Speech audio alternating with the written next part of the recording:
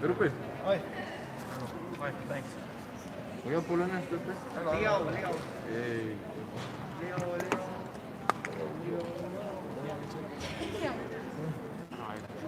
What is What's on R?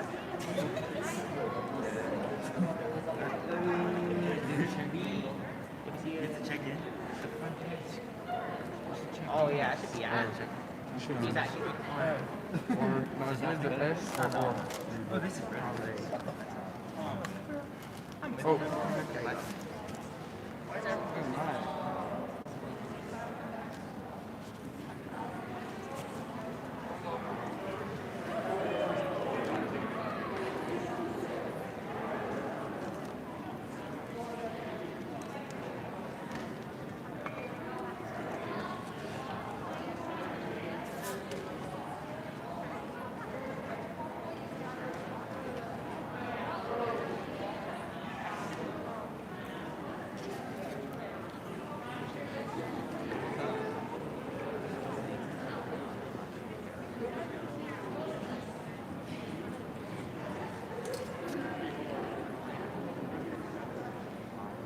So if you really want to do something,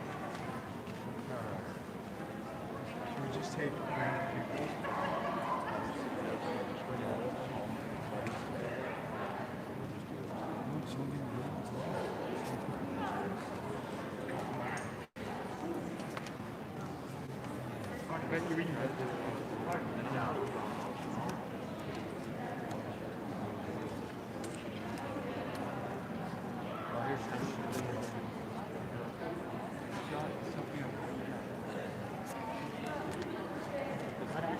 I'm not in my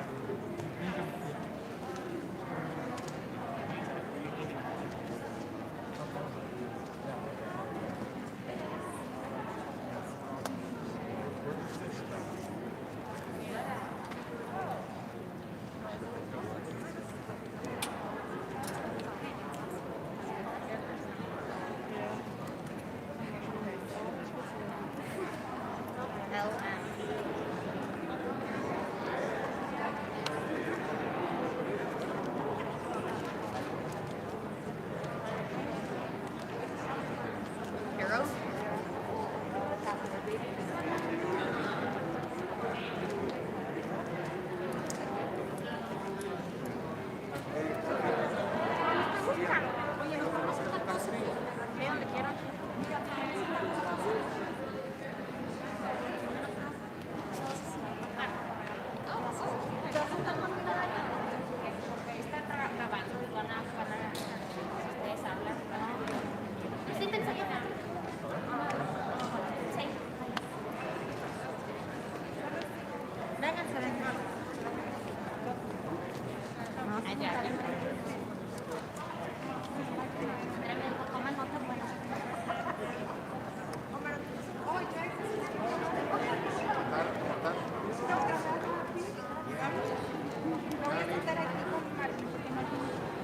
No, dejan sentarse las dos primeras.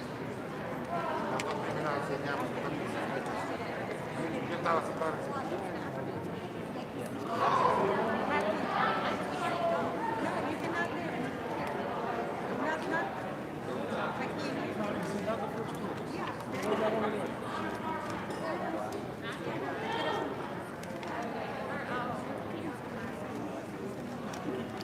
Sacaron la carpeta.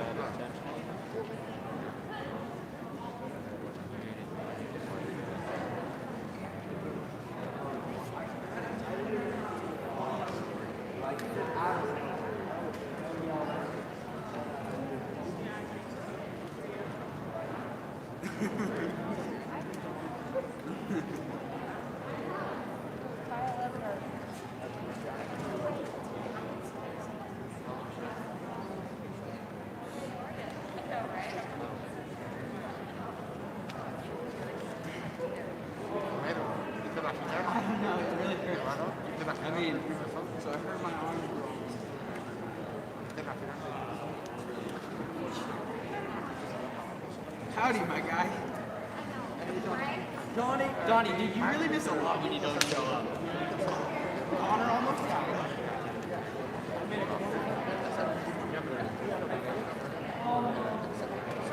Oh, yes.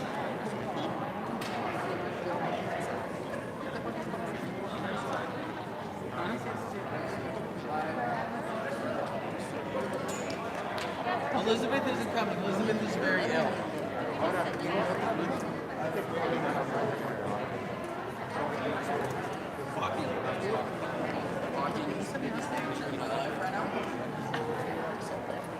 Oh, but this is the camera, so no whispering because you'll get picked up on the mic. Exactly.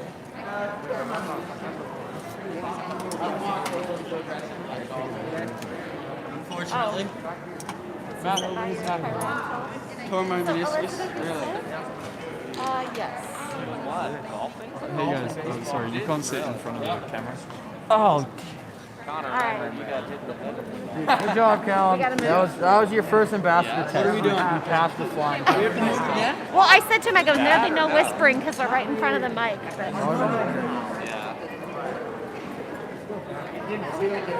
No, I got hit in the back of the leg when I was younger. Yeah.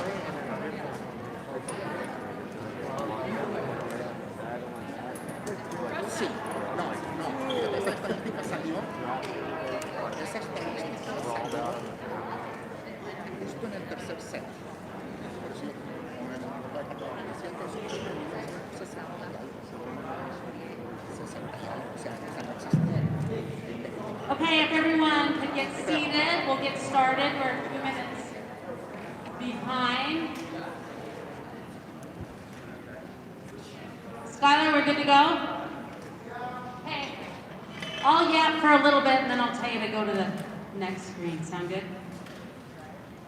Hey, welcome everybody. I'm so happy we have such a good turnout, but we also have this streamed live, which is going to be on the YouTube channel, just like Good Morning JD. So the nice part is, if you fall asleep or you get bored and you miss something, you can watch it all over again if you really want to. Plus, we will be sending the PowerPoint, we'll be sending the video, and other important links that we'll go through tonight that'll be important for you to have, okay? So I'm Mrs. Redican. I'm one of the college and guidance counselors here at Juan Diego. And I do A through L plus a couple of different alphabets here and there. So everyone should have received or picked up their students' folder, which is in the back between Miss Puro and myself. So in the folder, just going to go over quickly what you should have in there. Everyone should have their official transcript. So that's just an unofficial transcript, so you can look at that to make sure everything looks good.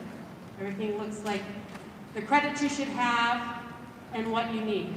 One of the things we talked to the seniors about that I do want to touch base on is at this point, you'll see your GPA, your CUME GPA is down at the bottom of the page, but also your credit hours that you have received from freshman through junior year. Most of the seniors at this point should have 24 credits or more. If you aren't at that point, then you probably know that you're behind a few credits already because your counselor has either talked to you about it, or you know that there's a credit that you still have to make up, or you moved into Juan Diego later and you didn't have theology. There's varying reasons that you could maybe be, at 23 as opposed to 24. But if you're worried or concerned, most of you should know if you have any missing credits, but all your missing credits have to be made up by the end of this year in order to graduate. And the other important thing to note is that seniors are not allowed to have any Fs by semester and graduate. So if you failed for the quarter, that's not great, but you have a chance to get it back up second quarter and to pass by the semester. So you wouldn't have to stress too much, you just have to work hard at that next quarter. But you cannot fail by semester without having to go under contract for second semester and make up those credits. Even if it's a lifetime sports and fitness class and you already have your 1.50 credits of PE and you failed that in your senior year, you'd have to make up those credits. Okay, so I just want to be clear about that part. So the other pieces that are in this folder is we'll be talking about transcript request forms, which we do in 2 places, one in Naviance, and one we just keep a paper trail of because it's easier for us to keep track so that we know which transcripts you paid for, what you have, what you need, so we're very clear on that as well. The next sheet are myths about financial aid. It just gives you information about financial aid. And the other page is the Fafsa information, which we'll talk about as the night progresses. Normally, we would have our MACAC college fair here at Juan Diego in the fall. How many of you have been to that in the past? Okay, that's good. So, unfortunately, we can't do anything live as far as the college fair goes, but we're intending to do that in the spring, which for most of the seniors would be too late because you've already would have graduated and pretty much know where you're going at that point. But there's some good information on the back because we do have colleges visiting campus virtually. A few will come in person, but we've had a ton of virtual meetings so far, and we have a list on Naviance of all the schools that are doing virtual meetings. And if I have a small group, they just come in my office. If we have bigger groups, we'll meet in a computer lab, but the students then sign up for those visits on Naviance. And this is a chance for you to get face-to-face time virtually with the person that would be reading your application. So it's really important, if that's a school that you're interested in, that you take the time to sign up for that virtual visit so that they have a face with a name, and when they're reading your application, they know who you are. So it is very, very helpful in that way. So those are the items that you should have in your folder. And then after this event tonight, we'll start accepting our individual college planning meetings just to go over all those fine tuned details for your applications, okay? Okay, Skylar, let's get going. Okay, so because of COVID, obviously, in the junior year, we would have done a lot of junior college planning meetings. We still did some virtually, and some of you still received the junior college planning packet, which gave you a lot of details and information that would be helpful. So now, we're just moving forward with what you're going to do as far as your applications are concerned. So right now, there's still opportunities to, list the colleges that you're thinking about, the colleges you're intending to apply to. But as we meet individually, we might decide that we want to do another college search and add a few more colleges, or maybe you haven't thought about a specific school that could be a good fit for you. That's why our individual meetings are so important, because we can just kind of get more information and help you get from point A to point B. So as this progresses, we'll go into more detail about what you'll do in Naviance to list the schools in which you intend to apply. Okay, so if there's one benefit from COVID, there's not too many, but there's one benefit. How many of you are actually able to take an ACT? Okay, we've had a smattering of kids that have done it early. Some were unable to.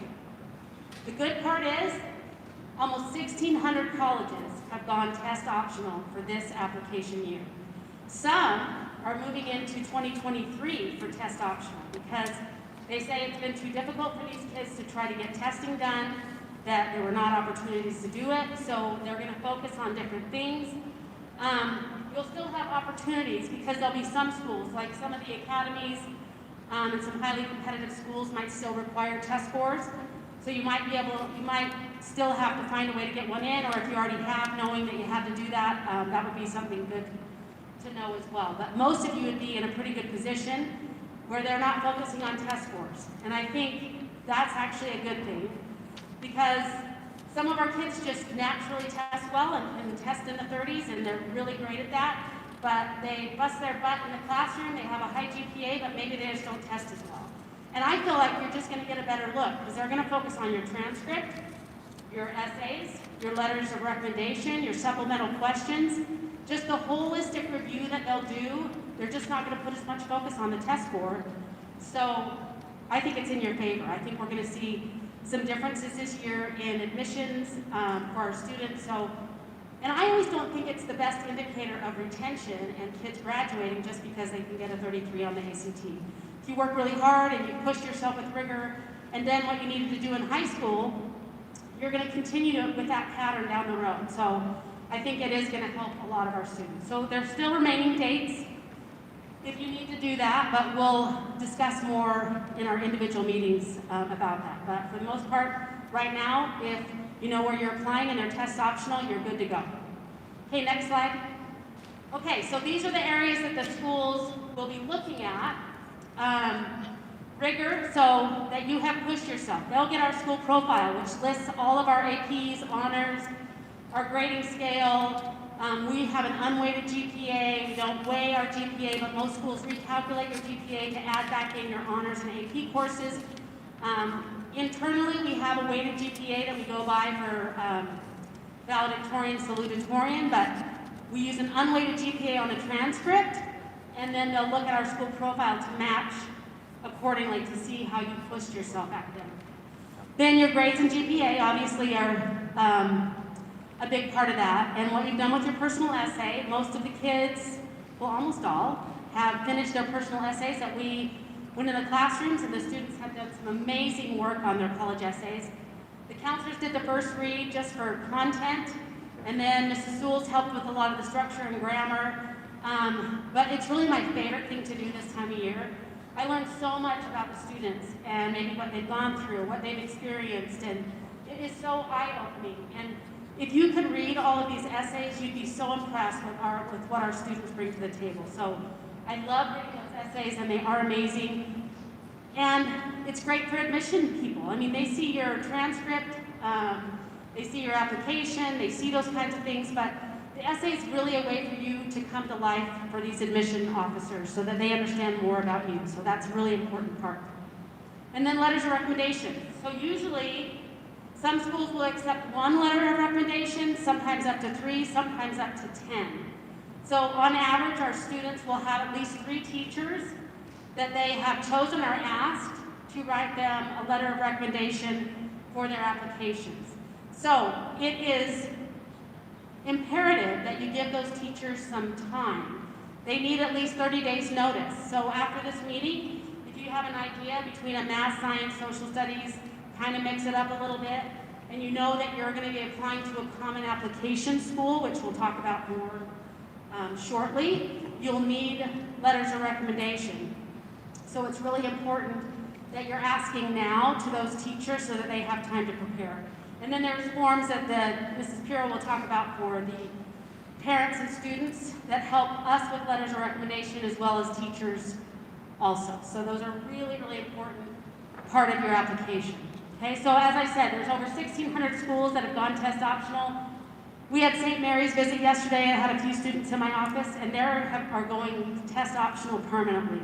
So I think what's going to happen is everyone's going to see that they're getting still the great caliber of students that they want without some of these test scores. So it'll be interesting to see what comes out of this long term. Okay, so this kind of gives you that idea of what they'll be looking at. Next one, Skylar. Okay, so this is really important. We say this every year over and over and over and over and over again. And then I still get calls saying, we don't have to worry about it as much this year. And they'll say, Ms. Redican, I had you send my transcripts, but you need to send my test scores. We cannot send your test scores. If you have taken an ACT or SAT, and you are sending it anyway, or if you have just taken one, you're waiting for those results, you go back into your ACT or SAT account, and you have them sent to those schools. It's an extra fee to have those sent, unless you had listed 5 schools that you wanted them sent to for free automatically, which you could do when you registered for the ACT or SAT. But other than that, yes? Okay, so some schools might still require them, but if you did take them and you had a really high score, let's say, I don't know, you could throw it in. But I keep asking admission people, I say, okay, so let's say someone throws in their test score, and you have 2 applications that are pretty similar, but someone sent their test score. I said, are you going to hold it against? They claim they're not going to, that it's not going to be a factor if it adds to your application, but they say absolutely it will not. And that's what I worry about. Like, so if someone did send it, are they going to have an edge over somebody else that maybe didn't? But they say specifically they're test optional. That means it's not going to be a weighing factor. But let's say your transcript wasn't very solid, but you had a high test score that you happened to take, then maybe I would submit it, because maybe it could help a little bit.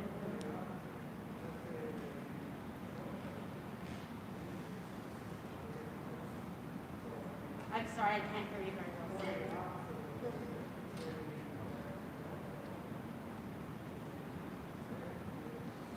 No, you wouldn't want to send it. Absolutely. I wouldn't, if your scores were, like way up here and your transcript was, a little spotty, then maybe send it, but other than that, I wouldn't. Yeah, most definitely. Especially since that's the trend. They're probably just going to rule it out for the most part anyway. So these are ways to send those test scores if you choose to, because there will be a few areas in which you would. The NCAA and NIAIA they're going to have to come up with some determining factors for that. It could be still an issue that they might come up. Yeah, we haven't heard confirmation on that. So for athletes, you usually have to have test scores and GPA because they do a sliding scale for eligibility. So they're going to have to come up with something. I'm not sure exactly what, they haven't said what they're going to do yet, but that might come into play. But if in fact that was the case, as things progress, you would still have time for maybe getting another test in later just for the NCAA if you need to do so. Okay? Okay, next one, Skylar. Okay, so financial aid. A lot of our parents complete the FAFSA, and we encourage everyone to complete the FAFSA. You might think you absolutely would not qualify, and that might be the case.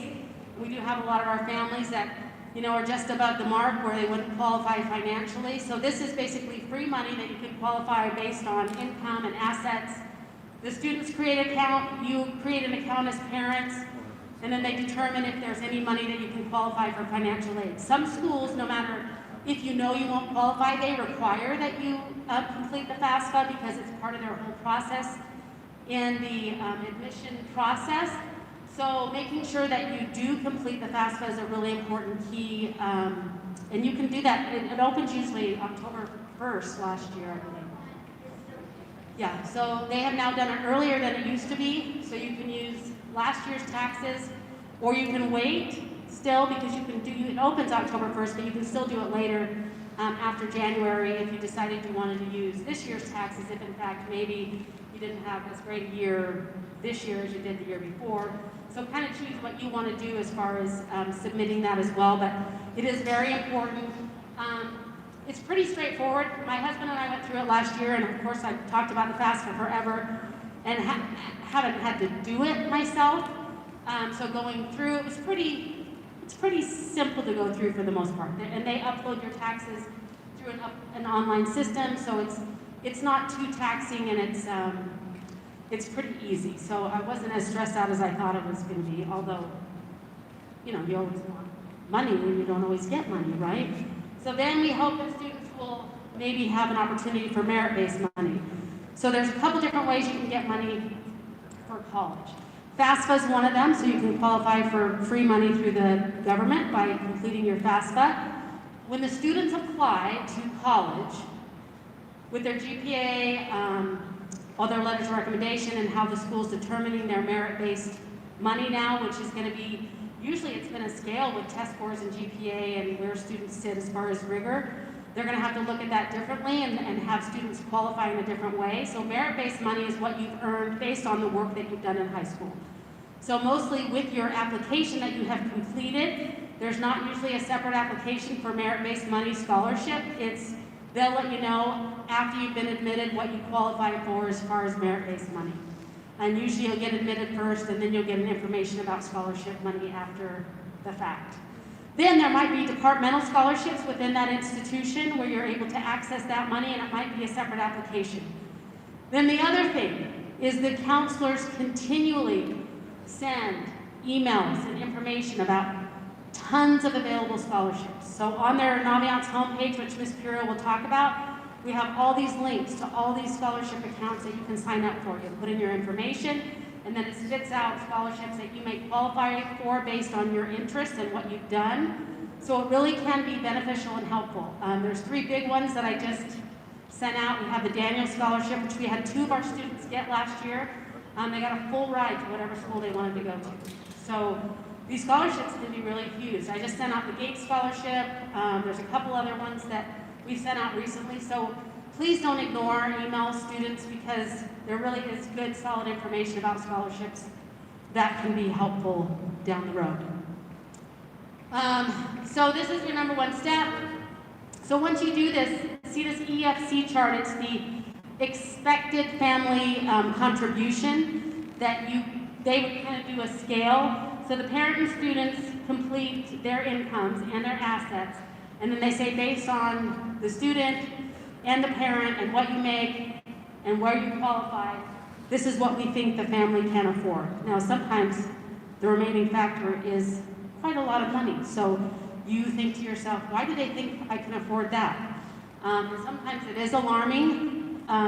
Some of the parents that have been through this before all realize how expensive college is, right? Who's been through this rodeo and knows how expensive it is? Yes. And then it's all the surprising little factors that come up. It's not only tuition, room and board, all those good things. It's, little surprises and fees and books along the way, so they do add up quite a bit. But there's a lot of opportunity to gain money and to do things that can be helpful for college. And that's what we're here for, to give you all that information so you can take advantage of it and do what you need to do.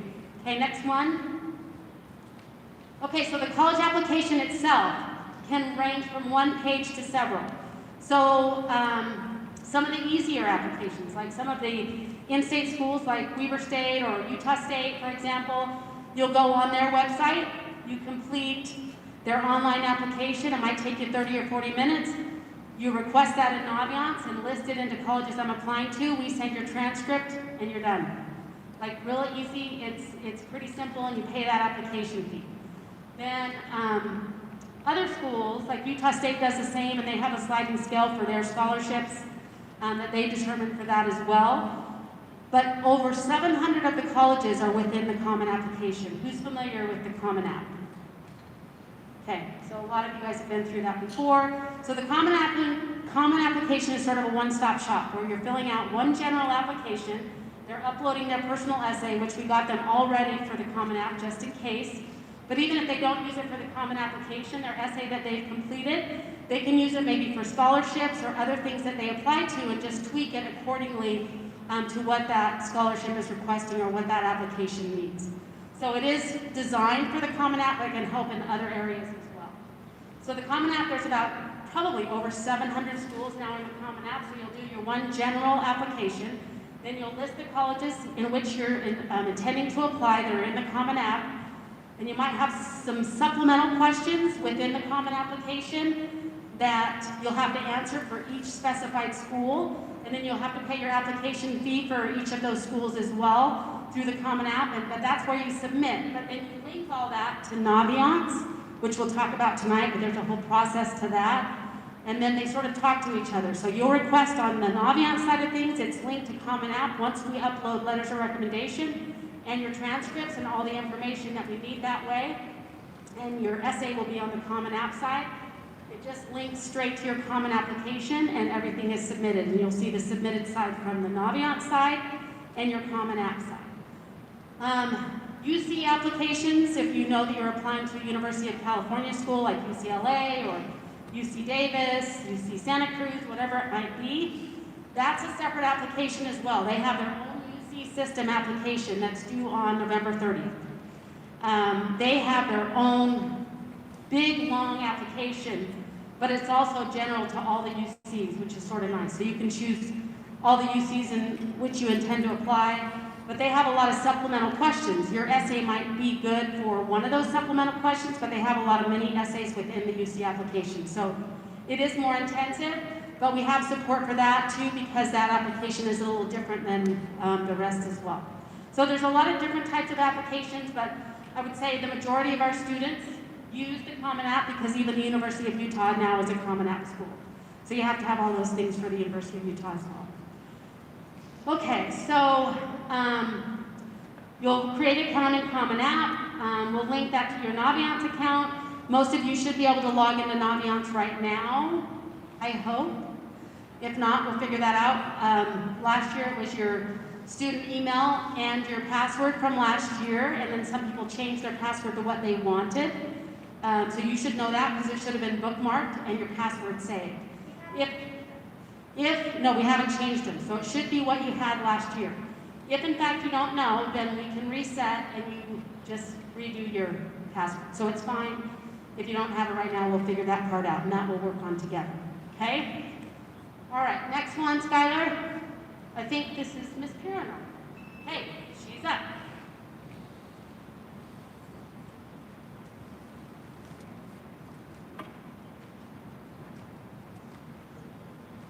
Thank you.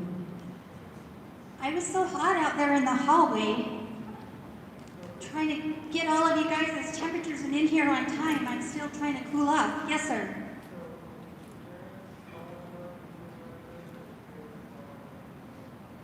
For Naviance, it's only the students.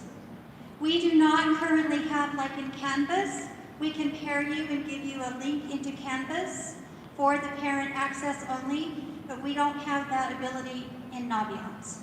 So if your student wants to share that with you, then you'll have to talk with them about it. Or call us and we'll help you. But okay, so first of all, I noticed there were quite a few people that came in late. If you, yes, thank you. Pick up your folders, that would be awesome so that you can kind of follow what we're talking about. All right, you guys know how vital Naviance is. We've been talking about Naviance since you were freshmen. This year it's going to be even more important because if you don't have your colleges in Naviance, we cannot send a transcript for you. If you don't have your surveys done in Naviance, then we can't complete our part of the application. So it's super important that if you cannot get into Naviance, that you come see us or email us if you're virtual at home, hi at home, and you make sure that you have access.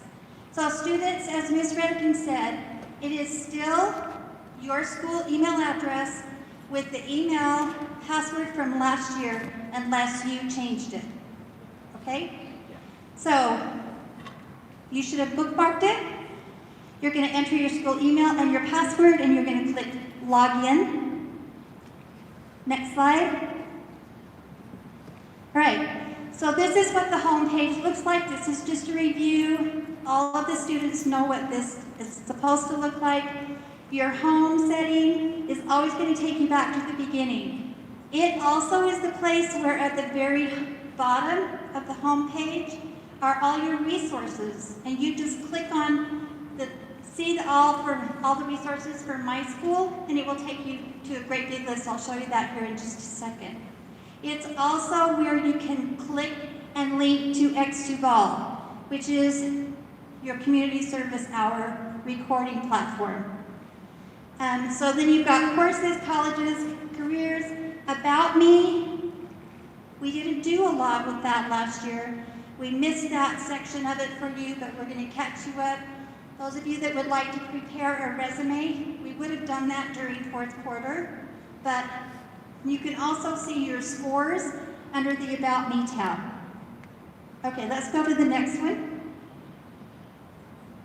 So if you click on See All from My School, this is an example of what you're going to see. You can see at the very first top part of there, where we have prioritized it, is test prep, which now we know, phew, we have a little bit of a reprieve because you don't have to take the test necessarily for all of the colleges. So let that be a little bit of a burden off your shoulders. You can test if you want to, so you know where you are, but it's not going to be mandatory at a lot of the colleges. There is a really good test prep up in there. Then you're going to look at, there's links for NCAA, NAIA, for those of you that need to register or have not registered for that yet, all of our athletes. And down toward the bottom, lots and lots of scholarship information links. I split this into two sections so you can see how many more there are. We use a lot of the WUI. Anybody know what WUI is? Yes, sir. What is it?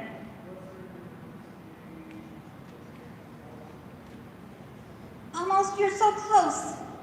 You're so close. Western, undergraduate, exchange. Yeah. Okay, so what that means is there's a whole bunch of universities that got together in the western states and said, okay, from right out of the experienced hands over there. So they got together and they said, we're going to offer scholarships, and these are the things that they have to qualify for in order to get it. It's super easy. The only tricky thing about that is that you're going to want to make sure that wherever you'd like to go, if they accept the WUI, you do have to take a major that's offered at that college. That's the only tricky part. And then the rest is slick. And they give you money, and it's nice, because then you don't have to have so much pressure. So the Western Graduate Exchange is in that same list of resources. Let's go to the next slide. Okay, this is about college visits. This is on the college home, under the college tab. So you're going to go to the colleges that I'm applying to. Last year, if you put any under the ones that I'm thinking about, they will not show on our side, Mrs. Redican and I, until you move them to the ones that you're going to plan to apply to. And you can be selective, and you can change it, but they have to be on the apply side. And then down here at the bottom, I've just put, make sure that you know that the college visits this year are primarily virtual. And so you're going to want to sign up, and that's where you do it, is down in that same college place. There's actually 3 or 4 places in Naviance that you can do that. The college homepage links you to the colleges that you're applying to. It will also allow you to look at your letters of recommendation requests. So you're going to ask your teacher, Mr. Yule, I'd really love for you to write my letter of recommendation. Today's the 16th. I need it before October 30th because my deadline is November 1. Give him 30 days. Let him know. And then you'll go to Naviance and you'll request it in Naviance, which sends him an automatic reminder. And then you can put notations on there. Don't forget that. You don't have to say, don't forget, but you will say, thank you for writing my letter of recommendation. I appreciate it. Just a reminder that my deadline is November 1. So then he can kind of write a timeline for himself. That's also where you're going to request transcripts. Test scores and scholarship links, we've already seen that. Okay, next slide. Okay, so Mrs. Redican talked a lot about the Common App. This is where you're going to match it. So it's very basic. You have Common App on this side, you have Naviance on this side, and they have to get together. So this is how you do that. Once you've established a Common App account, you come back to your Naviance, and you're going to add it down in the bottom. You'll just, where it says Match Accounts, put in the email that you completed your Common Application with, and then hit match. If it doesn't work for some reason, there might be a couple of things. Maybe in Common App, you didn't release the FERPA, which is your Federal Education Right to Privacy Act. You must sign that off before it will release it. Maybe you don't have a college in there yet. Maybe you have some, for whatever reason, there's still a shortcut yet that you haven't completed. So, but it should work. And if it doesn't, please email Mrs. Redican or myself, and we can help you. So you got to have it matched, and then those 2 accounts talk to each other. Next slide. Thank you. Okay. I suggest, it is my recommendation that you use the same account to set up your Common App as what you do in Naviance, but it doesn't have to be that way, as long as you can remember it. So if you're like me and you have the same 6 passwords for everything, and I just have to keep trying them, I mean, you might want to consider that part of it. The opposite side of that coin is when you graduate, you're only going to have a certain amount of time that this email for SEC students will be active. And if you plan to go back to Common App or transfer schools or whatever, you're going to want your public domain account. Does that make sense? Okay. All right, so it has to be matched before it will do any more talking with each other. Next slide. I can't even read that. Oh, so this is what I was talking about. On the FERPA, you have to sign that off in Common App before it will match. So this is just like some troubleshooting ideas of why your account didn't get matched up. Get started with Common App, yeah. Okay, next slide. We'll just glaze over the bad slides. I can't see them very well. Okay, so whatever you're using in Naviance, the procedure is still the same. You're still going to create a Common App account if you have Common App schools.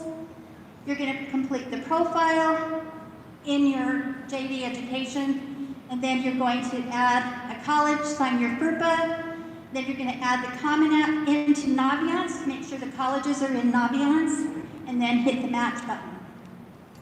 And then you're going to put that email in there. I went over that really fast. Do you want me to do it again? No? Raise your hand if you want me to do it again. Secret, you guys are going to get this by email tomorrow anyway, so. Okay. I'm not going to watch the video, but you guys, there's a bunch of video links in here that I embedded for you so that you can actually watch that process. Next slide. We kind of touched on this already. You do want to ask your teacher face-to-face. You want to have a conversation with them and ask if they're willing to do that. There's nothing more frustrating than trying to write an application for someone and it's just come into your mailbox and like, I didn't even know they needed a recommendation. What am I going to do? I get that every once in a while. Mrs. Redican will tell you a story about what happened to her with some student that graduated years ago and she didn't even remember who it was because the student had changed her name. Anyway, so add your teacher recommendations in Naviance after you've talked with the teacher. They need at least 30 days. We need 30 days. So we write a written evaluation. It's kind of like a letter of recommendation, but it's the counselor evaluation. It's a written evaluation for you. So with that said, we need to have input from parents and input from students so that we can do you the very best justice. And so we also need time. If your common application is going to be due on November 1st, then you should be talking with us like in the next 2 weeks, because that gives us a month to get ready. Okay, this just talks about putting the teacher recommendation in Naviance. Your colleges have to be listed in order for it to come up for the teacher to be activated. So, for example, if I've asked Mr. Yule to write a letter and I want to go to Cal Poly, and I've also got the University of Utah, and if I've only listed the University of Utah in Naviance, the Cal Poly letter is not going to load because it's not in my colleges for him to write the letters for. And you can be specific. So you can say, Mr. Yule, I'd love for you to write for Cal Poly, but you don't have to say, but you don't have to write for the University of Utah. You can just say, I'd love for you to write for Cal Poly. You designate that in Naviance. Make sense? So you can decide who writes for which college. And then make sure you let us know too. Sometimes I don't want to make it wrong. I want to make sure that I support you 100%. Sorry.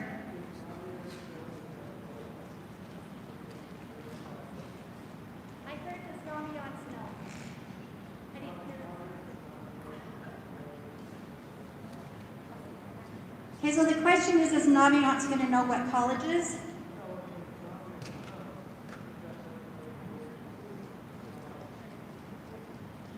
Naviance will know that the letter has gone, yes. But it won't go if it's not in the letter of recommendation section Yeah. Yeah, we can track it, and yeah, and students, well, you guys can follow up in Naviance. You can also follow up with the teachers if you're not seeing it load, and it's like pending, pending, pending. Then you might need to send another invitation. So, hi, Mr. Hill. I just wanted to gently, nudgely remind you that my application is due in a week. You know, then you can, I mean, you can check. The kids can check on their status at all times in Naviance and on Common App. Okay. I think I covered all of this. Next slide. This is how you do it. So you go to letters of recommendation. This is in the college slide section. Then you're going to add, you're going to pull down the window that has all of our teachers listed. And then you're going to determine which colleges you want that teacher to write for. And as soon as you hit submit, they get an automatic email. So that's why I said it's super important that you ask them first ahead of time. Okay, and I'll let you guys study this more on your own. Go to the next slide. Okay, this is the same thing. So down here it just says, Dr. Celestino, thank you so much for being willing to write my letter. My deadline is before November, whatever. Again, once you hit submit, it goes out to them, so you want to make sure it's accurate. Okay? All right, thank you. Next slide. We kind of already touched on this also. Counselors also need time through Naviance to prepare your packets. And so we have things that we have to do on every single Common App application. And we're okay with that. I'm not saying anything that is like, oh, what a drudgery. It's not really. It's actually very simple. But there is some time involved. So we do need to make sure that we have enough time to do you justice. So the counselors also should know 30 days in advance of when your deadline is. This says update your resume in Naviance. Once you guys meet with us individually, we can talk about building the resume, whether or not you feel like that would be a helpful thing at this point, or if you want to gloss over that and just jump in the deep end of the pool. There's a couple things that you have to do. One is the senior survey. It'll be in two formats. It's going to be on another slide also. In Naviance, under the About Me tab, will be the senior student survey. So you're going to need to take some time. I think there's about 15 questions, but it's going to be things like, what motivates you? What are you passionate about? Things that are going to help differentiate you from another student, especially if grades and rigor and curriculum are all about the same. So those are the kinds of questions. And then parents, you will be receiving an email with a form for a similar survey. So we would like to know from you, what do you think are 3 words that describe your student the best? What are their strongest traits? Okay? And we're going to ask the students that same thing. Please don't collaborate with each other. We want the parents to do their own work and the students to do their own work. But we are going to have the parent survey, the student survey available starting tomorrow, right? Those are live right now. So tomorrow when we send all those links out to you, you'll be able to get those right away. Parents, because a lot of our deadlines are coming up soon, it will be really important that you take some time to do that as soon as you can. Okay? That will be really helpful. If you'll just, tomorrow when you get the email, say, okay, I'm going to spend the next 15, 20 minutes answering these questions. And then just submit it. We'll get the responses and it'll be really slick. Next slide. Okay, we've talked a little bit about what the transcripts involve. Just so that you know, you guys have unofficial transcripts. You can make as many copies of that as you want to. Anything official must go directly to the school. So the only exception to that would be if we print it out for you, sign and seal it, and then put it in a sealed envelope. If that's the case and that's how they want it, like Regent Scholarship, that's how they want theirs, then we can take care of it that way. But the unofficial is for you to use when you're filling out your Common App, because it's going to ask you for all of your grades since 9th grade, what classes you took, just a couple things that, that you should know about the official. Parents can't get an official copy, students can't have an official copy, it goes directly to the school. And while I'm on that topic, and I forgot to add it to the presentation, but if you have a class that you've completed concurrent credit for at any time in high school, then you are responsible, just like the ACT and the SAT scores. You need to contact that college and ask for a transcript of that to be sent to the college. And they're going to say the same thing. They can't send it to you, but you'll just request it and have it sent to wherever you're applying. Does that make sense? So, I'm going to get this question. So, Mrs. Puro, we're involved in economics concurrent right now, or U.S. government concurrent right now. You haven't completed the credit yet. So as you're making out your applications, don't put those classes on there, because you haven't earned that credit yet, but you will. Okay? All right. There's a $3 fee to cover the transcripts, and that's per college, unless it's a Common App. So if you have 13 applications that you need transcripts for, and 10 of them are Common App, it's $3 one time for all of those 10 colleges, and then $3 for each subsequent transcript. And you will fill out the blue form. I'm going to show you what that looks like here in a second. Plus, you all have those in your folders, the blue ones. Once you bring that down to the counselor with your payment, and you can pay by check, credit card, or cash. Ms. Soto and Mrs. Slick are trained on how to do the credit card machine over there. So then they give it to us, and we finish up our part so we can get that out for you as soon as possible. Let's go to the next slide.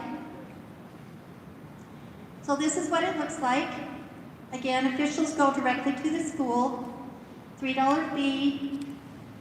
You guys can read through this.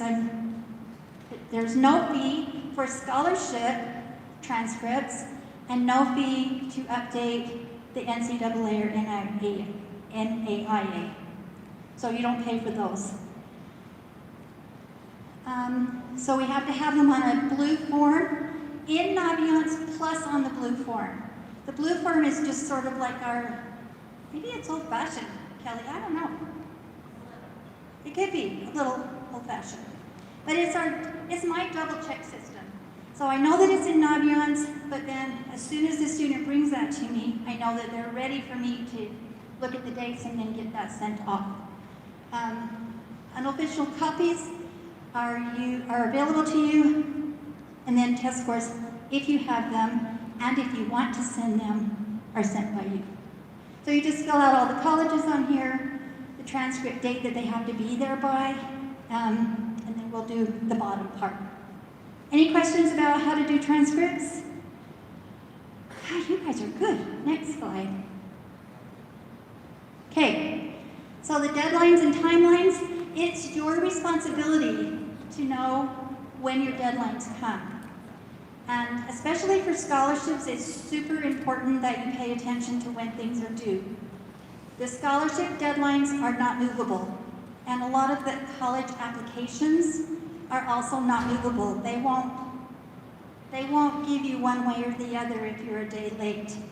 So it's important that you make yourself a calendar or a timeline and say, okay, so the University of Utah is going to be November 1, while I'm doing UC schools, and so that's November 30th.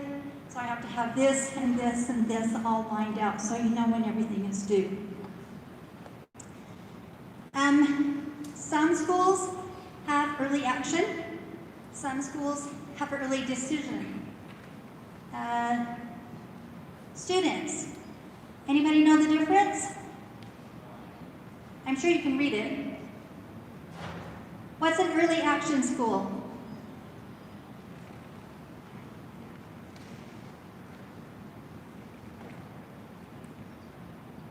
It says apply early, find out early, no commitment and no pressure.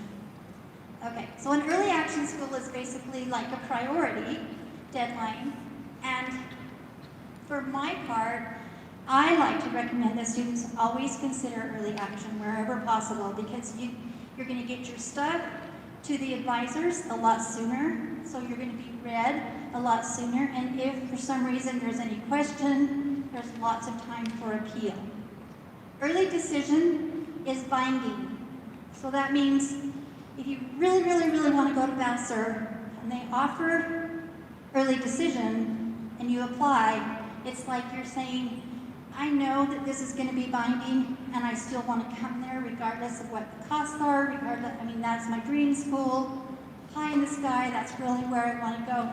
You will end up signing a binding contract with them to go to that school.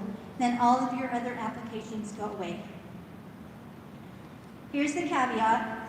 You can only do one early decision school. So you're going to want to look at them and find out what your options are, because you can only apply to one early decision school. And then we have lots of different other kinds of admissions. We have rolling admission. Like the University of Utah's final regular application deadline is April 1, but all of their merit is based on their applications. So you can imagine by the time April 1 comes along and you have a really good GPA, there might not be a lot of funds for you if you wait till the end. So it's better to just apply early, get them done. Again, this talks about the deadlines, college application time level, and if you just sort of like think about it in terms of the holiday. So once Thanksgiving hits, you should probably be done. If possible, you will have a lot smoother holiday, and then you can spend the time after the holiday looking for scholarships. But get your applications done and over with first. Okay, next slide. Okay, so I alluded to the two surveys. This is the link for the parent one, the link to the student one. It's going to take you about 15 minutes, maybe, to do that and then submit those to us. So we're going to send this out tomorrow. We'll also send the links to the surveys separately so that you have those. Next slide. So here's a summary of what needs to be done at this point. So for all the colleges that you've been thinking about since you were in pre-K, start narrowing those down. What is realistic for you? What research have you done that you know, okay, so this school is definitely my reach school, and I'm probably not going to be able to afford that or whatever. You know, start narrowing down to like easy ins, a little bit of a stretch, and your high, yeah, I really, really, really want to go there. And then decide financially how many you want to apply to, because there is an application fee for just about every school except for Common App. I think they still pay for Common App too, right? Yes. Okay. So, narrow down your list. Please make an appointment with us starting this evening. No, we're not going to meet with you this evening, but go home and talk about when would be a good time that we could meet. We should meet in person or virtually. That works really well too. Review your application requirements and deadlines, including scholarship deadlines. Make a timetable, complete your forms. Spend quality time on your application, and please make sure that you proofread them. Make sure that there's no mistakes, especially with the test optional aspect now. We want to make sure that everything's as clean as possible. And then follow up to be sure that you've got your letters of recommendation and transcripts have been requested and sent. And then just breathe. I think there's one more slide. Next slide. There, by the numbers. Number 1, see your counselor. Number 2, get your colleges listed. Number 3, when you enter your colleges, let us know how you're planning to apply. If it's a Common App school, it will default to Common App if that's the only way that it will go, the application. But there are a lot of schools that, like Westminster College, will offer you like a release, and so you don't have to pay the Common App and do all of that stuff. So that goes directly to the school. Well, we won't know that unless you put that in Naviance. Okay, and it'll just have this big red question mark on it. So you have to decide how it's going to go. Is it going Common App, direct, or by mail? And the blue transcript form needs to be complete and brought back to us. And bring that form with the $3 for each college. Except for the Common App schools, get your letters of recommendation requested as soon as possible. And then finish the 2 surveys, the senior survey and the parent survey. That's only 8 things. That's not bad, right? Relief? Next slide. Okay, this is just my little funny at the end. I'll need an extra bed. My folks sold their house for my tuition. Well, thank you. That was great. Appreciate that giggle.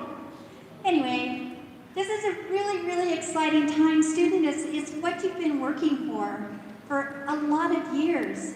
And I know that you're excited. I know that parents are excited. And we are excited for you. We're so grateful to be able to be here and be open and be able to help you hands-on with virtual meets or whatever we need to do so that we can help you be everything that you're meant to be.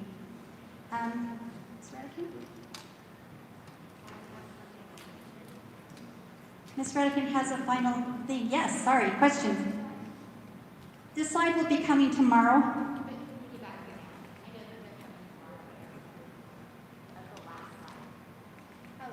You want me to go back to the last slide? Do you mind going back, Sky? Skylar? See your counselor. Oh, you just needed to take a picture. Isn't it funny, our new methods? Now when I go to a conference, I don't even bother to take a notebook anymore. I just take pictures of everything. Okay, I'm going to turn the time back over to Ms. Redican. Thank you guys all so much. Please let us know when the soonest that you can come in so we can get you guys started on the process. Great. Okay, I just wanted to say one thing. I just think about a couple things when I'm sitting there. So I had a senior last year, and I've been doing this for 15 years. There's one mistake I made. So on average, our kids apply to between 5 to 10 schools. Sometimes we'll have them throw their net out pretty wide because maybe you have a range of a school that you can, easily get into, maybe some that are mid-range, and then you might have a few reach schools. So I stupidly said, okay, throw your net out as far as you want. So she decided to apply to 15 schools last year. So as I was proceeding to check out for every fee for the application, I thought, I know better. Why would I allow her to apply to 15 schools? Now, some kids like to do that, and that can be okay. Just really think about that list, because ultimately there was 5 schools that she probably never would have gone to, that maybe she got admitted to. So really think about that list and what's good for you and what makes sense for you, because those college application fees are between $50 and $100 for each application. So it adds up as you're clicking and clicking, and I thought to myself, oh my gosh, come on, I know better. So anyway, just some food for thought at the end there, just to really be thoughtful about your list, okay? Yeah, Ryan? I have a question about ACT subject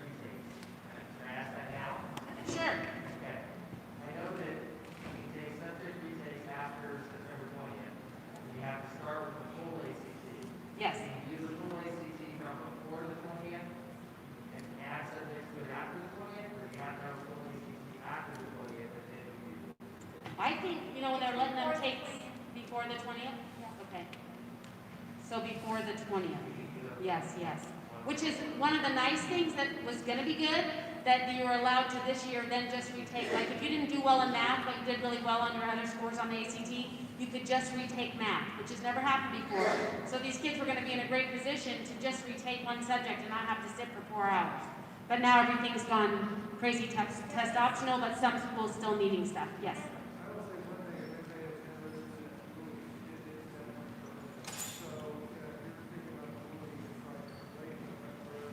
Yes. Yeah, the WUI is great that way, but you would want to apply early because those scholarships go away pretty quickly. And you have to look on the website, and anybody I meet with individually, if you're interested in the WUI, I can go over every detail of that with you. But it is an awesome scholarship that gives you fairly close to an in-state tuition rate. It's a little bit more, but it's still great if there's a state school. Yes. And the major thing is like University of Arizona has the WUI, but you have to be a mining engineer major only. But then other schools have a ton of options that way. Any other questions? I just wanted to add on the ACT thing because everything got so messed up. I'm going to just inform myself and make sure that those subject test offerings are still going to be available. Okay, but thank you for bringing that up. Any other questions? Okay, we made it through. We're all safe. Hooray! All right, thanks, guys.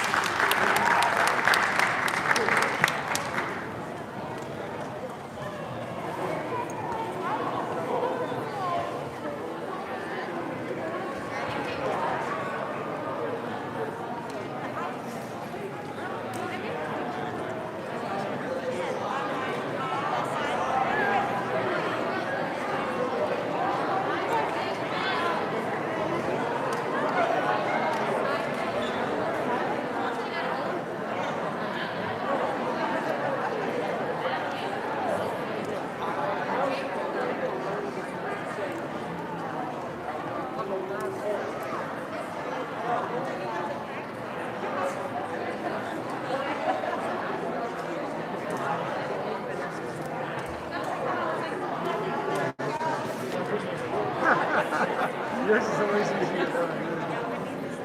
Not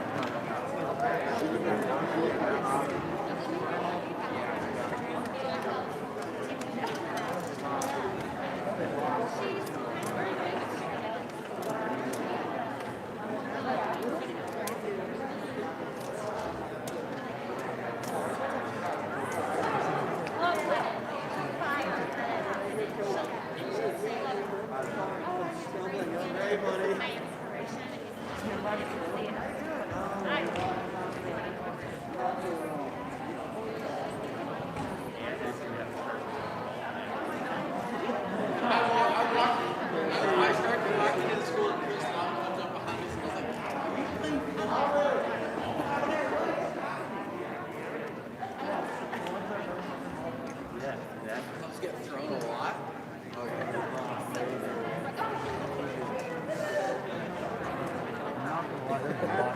I feel like I could just stop